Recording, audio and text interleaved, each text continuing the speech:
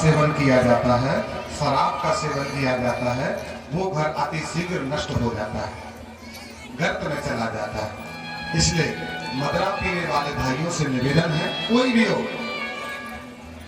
बिना संकोच करे, जो भी पीते हो वो मनी मन संकल्प ले लेने कि प्रभु आज मैं आपकी कथा में बैठा हूँ, प्रांगण में बैठा हूँ और मनी मन संकल्प है कि मैं आज से शराब को हाथ नहीं लगाऊंगा, क्योंकि शराब आपकी बुद्धि को नष्ट, आपके धन को नष्ट और आपके मान सम्मान को भी नष्ट कर देगा। इसलिए शराब को हाथ मत लगाओ, उसी में भलाई है। भगवान के बच्चे शराब पीने लगे, दाऊ भैया को पता चला तो दाऊ भैया ने द्वारिका में शराब बैन करा दी, बंद करवा दी। पर बच्चे बड़े चापलूस दूसरे गांव से शराब मंगा करके पी लेते थे। एक दिन भगवान के राज्य में कुछ साधु संत महात्मा चतुर्मास करने के लिए आए, 4 महीने तक व्रत करते एक जगह रहकर। जब देवता सो जाते हैं ना, ये देवसैनी एकादशी से चतुर्मास लग जाता है देव उठनी एकादशी तक। तो इसी में साधु संत अत्रि, भृगु, पाराशर, वशिष्ठ आदि आदि दिव्य संत आए वहां पर जो शराब वराब पिएगा उसकी बुद्धि तो कुंठित हो ही जाएगी, है ना। उसके अंदर क्या मान सम्मान, किसी की भावना को ठेस पहुंच जाए तो उसको फर्क भी नहीं पहुंचता। तो जो उद्दंडी बालक है ना, वो कभी भी किसी भी साधु ब्राह्मण का अपमान कर देते, उनको फर्क नहीं पड़ता। हर गांव में ऐसे 2-4 उद्दंड बालक होते हैं कि साधु ब्राह्मण का मजाक बना देते हैं, अपशब्द बोल देते हैं, मर्यादित तो नहीं बोलते हैं। लेकिन जो मर्यादा का पालन नहीं करते हैं उनको मैं पशु ही समझता हूं। अनुशासन विहीना नरह पशुना समाना, जिसके अंदर अनुशासन नहीं वो तो पशु है। उससे मुंह ना लगो तो अच्छे ही है। मूरख हृदय न चेत, जो गुरु मिले विरज समय। भगवान के बच्चे भगवान की छत्र छाया में पल रहे हैं, लेकिन फिर भी मूर्ख है। क्यों? क्योंकि शराब पी रहे हैं। और भगवान ने कहा है कि अगर मेरे भी संतानें अगर गलत हो जाएंगी, साधु ब्राह्मण का अपमान करेंगी, तो मैं उनका भी सहयोग नहीं करूंगा। मैं दूसरों का सहयोग कर दूंगा, पांडवों का सहयोग कर दूंगा, पर मेरे बच्चे अगर शराब को हाथ लगाएंगे तो उनका सहयोग मैं नहीं करूंगा। हाँ, जितना मेरे से रोकता बनेगा मैं रोकूंगा, पर मैं सहयोग नहीं करूंगा। अपने बच्चों का भी भगवान सहयोग नहीं करते। साधु ब्राह्मण आए तो सांब जो जाम्बवती का पुत्र था, सांब क्यों नाम पड़ा था मालूम है आपको? जाम्बवती मैया के कोई संतान नहीं थी, तो भगवान शंकर का उन्होंने तपस्या करी, तो भगवान शंकर ने अंबा सहित साम्य के रूप में अवतार लिया जाम्बवती मैया के गर्भ से। भगवान शंकर और अंबा दोनों मिलकर के सांप बन के आए, इसलिए उनको कहते हैं सा अम्ब। अम्ब मीन्स अंबा, पार्वती। और शंकर और अंबा इसलिए आए क्योंकि अम्बे मैया भी क्रोधित दुष्टों को मारने वाली। और भगवान शंकर का 3 देवताओं में रोल क्या है? ब्रह्मा जी सृष्टि की रचना करते हैं, विष्णु जी पालन करते हैं और शंकर संहार करते हैं। इसलिए शंकर जी यदुवंशियों का संहार करने के लिए सांब बन करके आ गए। इसलिए सांब बड़ा विचित्र था, कभी अपने पिता की बात नहीं मानता था। साधु ब्राह्मण आए, सांब को साड़ी पहनाई, उसके पेट में कुछ कपड़े लपेट दिए और मित्रों ने संतों की परीक्षा लेने पहुंच गए। परम शांत स्वभाव के जो संत थे वशिष्ठ जी महाराज, उनके पास गए। कहा, महाराज जी हमारी ये भाभी गर्भवती है, बताइए पुत्र होगा कि पुत्री? वशिष्ठ जी मुस्कुराने लगे, कछुनाए बोले। सांबर का देखो, हमने कहा था ना ये सब पोंगा पंडित है, ये सब ढोंगी पाखंडी है, इनको कछु आतो जातो ना, ये तो बस खावे पीवे को जो मेरे पिताजी के यहाँ पड़े हैं। अपमान कर दिया वशिष्ठ जी का, लेकिन वशिष्ठ जी मुस्कुराने लगे। भाई कहते हैं जो आदमी सीधा साधा हो ना, उसको कोई भी बेइज्जत करके भाग जाता है। उनको ये लगता है कि ये सीधा साधा है, इसके साथ चाहे जैसा व्यवहार करो, ये कौन कुछ कहने वाला है। लेकिन जो जितना ही सीधा होता है उतना ही वो बुद्धिजीवी होता है।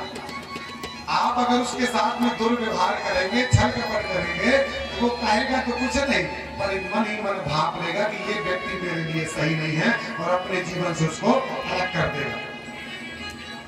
इसलिए जो सज्जन हुआ करे ना, उसका मन मत दुखाया करो, नहीं तो आह लग जाएगी। वो मुंह से कुछ ना कहेगा पर मन से जरूर आपको बददुआ दे देगा। इसलिए सज्जनों को कभी नहीं सताना चाहिए। वशिष्ठ जी का अपमान कर दिया पर कहा कुछ नहीं। परम क्रोधी दुर्वासा जी के पास गए, उनसे भी यही प्रश्न किया, मेरी भाभी गर्भवती है, बताओ लड़का होगा लड़की। अब दुर्वासा जी को शंकर का ही स्वरूप तुरंत कह दिया, अरे दुष्टो, तुम भगवान द्वारकाधीश के पुत्र होकर के इतने उदंडी, अपने पिता का एक बार गौरव स्मरण कर लो। क्या तुम्हारे पिता का गौरव है? इतनी नीच बुद्धि के तुम लोग निकले। लगता है तुम शराब पी करके आए हो और श्राप दे दिया। जाओ, इसके पेट से एक मूसल होगा और समस्त यदुवंशियों का नाश हो जाएगा। इतना श्राप दिया तो भैया शाम में डर गया, लेकिन कुछ ना हुआ तो कहा देखो कहाँ कुछ हुआ। 7 दिन के पश्चात है शाम के पेट में भयंकर पीड़ा हुई, तब शल्य चिकित्सा के माध्यम से पेट फाड़ के मूसल निकालना पड़ा। उस मूसल को उग्रसेन महाराज जी ने पिसवा करके समुद्र में फेंकवा दिया और जब बाढ़ आई, लहर आई तो सरकंडे के पौधे बन करके उग गए थे और वो मूसल कुछ पिसने से रह गया था। तो कील बराबर एक मछली निकल गई, उस मछली को मछुआरा ने पकड़ा और जैसे पेट फाड़ा कील निकली, अपने मित्र बहेलिया को दे दिया और बहेलिया ने उस कील से सुंदर बाण बना करके रख लिया। क्योंकि यदुवंशियों का नाश उस मूसल से होना था, इसलिए कील से बाण बना लिया। इधर समय गुजरता गया बंधुओं, भगवान ने अपने भक्त और मित्र उद्धव को बुलाया, कहा भैया 7 दिन में ये द्वारिका समुद्र में समाहित हो जाएगी, इसलिए तुम मेरे नाम का प्रचार पृथ्वी पर करना और द्वारका छोड़ करके चले जाए। उद्धव ने कहा महाराज मैं तो आपके लिए ही बना हूँ, कैसे मैं आपके बगैर रहूंगा। जैसे त्रेता युग में श्री राम के नाम का प्रचार हनुमान जी महाराज करते हैं, ऐसे ही तुम मेरे नाम का प्रचार करना। तो उद्धव महाराज आज भी हैं और आज भी जीवित हैं, आज भी वह भगवान के नाम का प्रचार प्रसार किसी ना किसी देश में कर रहे होते हैं। उद्धव को समझा दिया। एक दिन बहुत सारी मदिरा का पान किया, सामने ने अपने पिता के बारे में शब्द बोलने लगे।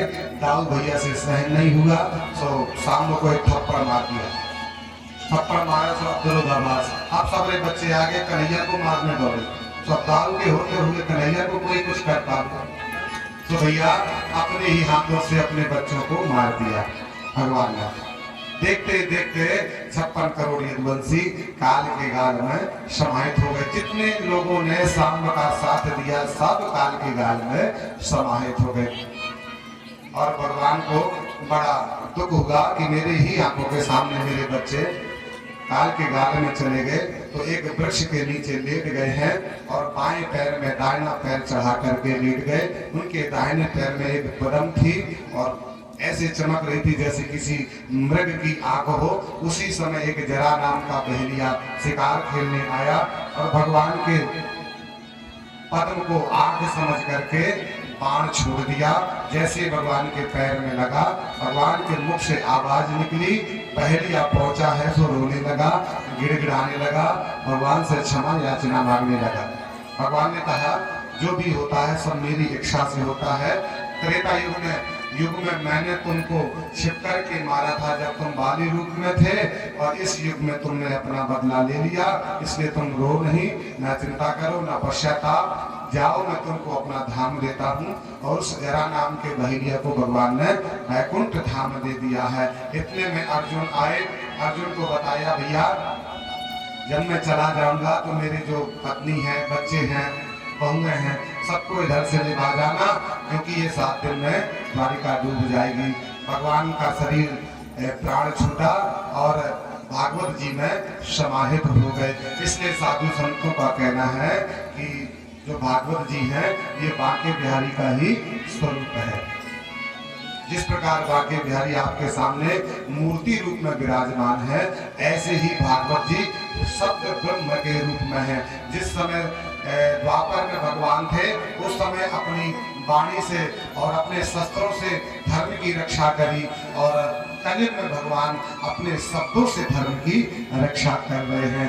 बोलिए भागवत भगवान की जय हो। जय जय श्री राधेश्याम, जय जय श्री राधेश्याम। अर्जुन ने ही भगवान के शरीर का दाह संस्कार किया। पत्नी बच्चों को लेकर के गए तो कुछ पत्नियां तो सती हो गई, कुछ तपस्या करने चली गई, और बहुओं को साथ में लेवाया। रास्ते में चले जा रहे थे तो कुछ भैया भीलों ने आक्रमण कर दिया, और जब आक्रमण किया तो सुखदेव महाराज कहते हैं कि परीक्षित, अर्जुन भीलों से भगवान की बहुओं की रक्षा नहीं कर पाए। इतने बड़े धनुर्धर जिसने महाभारत का युद्ध जीता, कर्ण जैसे महायोद्धा को मार डाला, और वो भीलों से नहीं लड़ पाया। क्यों? क्योंकि अर्जुन के पास जो शक्ति थी, जो बल था, वो भगवान का था, और जब भगवान साथ छोड़ करके चले गए तो फिर वो जीव किसी काम का नहीं रह जाता, किसी काम का जीव नहीं रह जाता। वही परमात्मा आपके अंदर है, और जिस दिन वो परमात्मा निकल जाएंगे, आपका शरीर किसी काम का नहीं रह जाएगा। अर्जुन को ज्ञान हो गया, कुछ बहुओं की रक्षा कर पाए, और कुछ को कुल भी धारण करके ले गए। पांचों पांडव भी हिमालय की यात्रा में निकल गए और स्वर्ग को पहुंच गए। सुखदेव बाबा कहते हैं, इसलिए परीक्षित, मैंने सूक्ष्म रूप में तुम्हारा कल्याण करने के लिए श्रीमद् भागवत की कथा श्रवण कराई। क्यों? क्योंकि ये जो शरीर मिला है, बड़े भाग मानुष तन पावा, सुर दुर्लभ सब ग्रंथ ही गावा।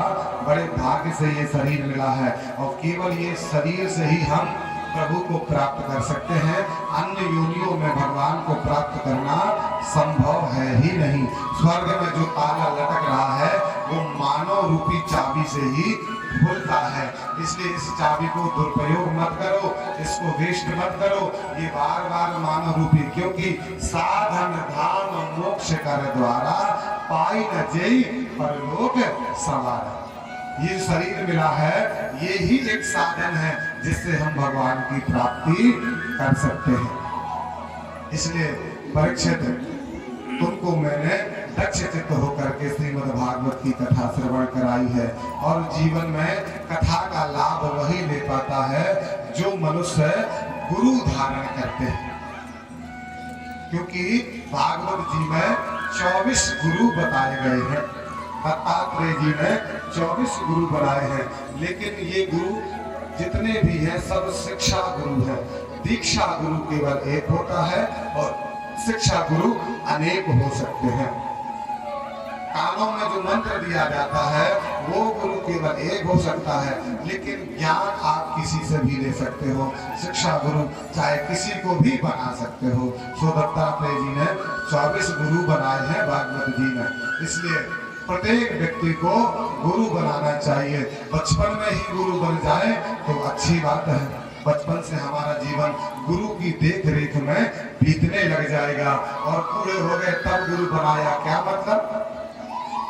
आपने मकान की जो नीचे है नींव आपने मजबूत नहीं करी, नीचे आपने पिलर नहीं दिए, और सेकंड माले में आप पिलर खड़े कर रहे हो, क्या मतलब? मकान तो गिरेगा नीचे से, है? अगर नीचे से आप पिलर दोगे बढ़िया हाथी पांव वाले, तो मकान आपका मजबूत होता चला जाएगा। तो नीचे आपने फाउंडेशन ठीक ठाक नहीं बनाया, बस पत्थरों से खाली बना दिया, और ऊपर कह दिया भैया इसमें पिलर खड़े करना है। तो ऊपर पिलर खड़े करने से क्या होता? बचपन में आपने पाप खूब कर दिए, अब बुढ़ापे में कह रहे कि आप भजन कर ले। जो पुराने आपने पाप किए उसको कौन भोगेगा? इसलिए भोगना तो आप ही को पड़ेगा ना। हाँ, हो सकता है बुढ़ापे में थोड़ा भगवान का नाम लो तो पाप थोड़ा कम हो जाएंगे, कि पाप तेरे कट जाएंगे। भगवान का नाम लेने से तुम्हारे पाप कट जाएंगे, और अंत में मोक्ष धाम को और भगवान के धाम को प्राप्त हो जाओगे। इसलिए इस शरीर को वेस्ट मत करो, और गुरु अवश्य बनाओ। सब कोई गुरु बनाओ, जिसको जो पसंद हो, जो ब्राह्मण जिसको लगे कि ये ब्राह्मण हमारा सहयोग कर सकता है, हमें समय समय पर सही रास्ता दिखा सकता है, ऐसे साधु संत ब्राह्मण का आप गुरु रूप में चुनाव करो। सुखदेव बाबा आगे कलयुग के बारे में बताते हुए कहते हैं कि परीक्षित, कलयुग में कोई भी धर्म को नहीं मानेगा, ना ही कोई शास्त्रों की बात सुनेगा, सब अधर्मी होते चले जाएंगे, यहाँ तक कि ब्राह्मण भी अधर्मी हो जाएंगे। केवल अपनी चोटी और जनेऊ के बल पे ही अपने आप को ब्राह्मण कहेंगे, पर उनके अंदर ब्राह्मण जैसे कोई लक्षण नहीं होंगे। सब मदरा पान करने लग जाएंगे, मांस खाने लग जाएंगे, ऐसे कलयुग में ब्राह्मण होंगे। और जब ब्राह्मण ही पतित हो जाएगा तो उनके मुख से ज्ञान कौन सुनेगा? इसलिए धर्म का पतन होना कलयुग में चालू हो जाएगा। विवाह की क्या पद्धति होगी कलयुग में?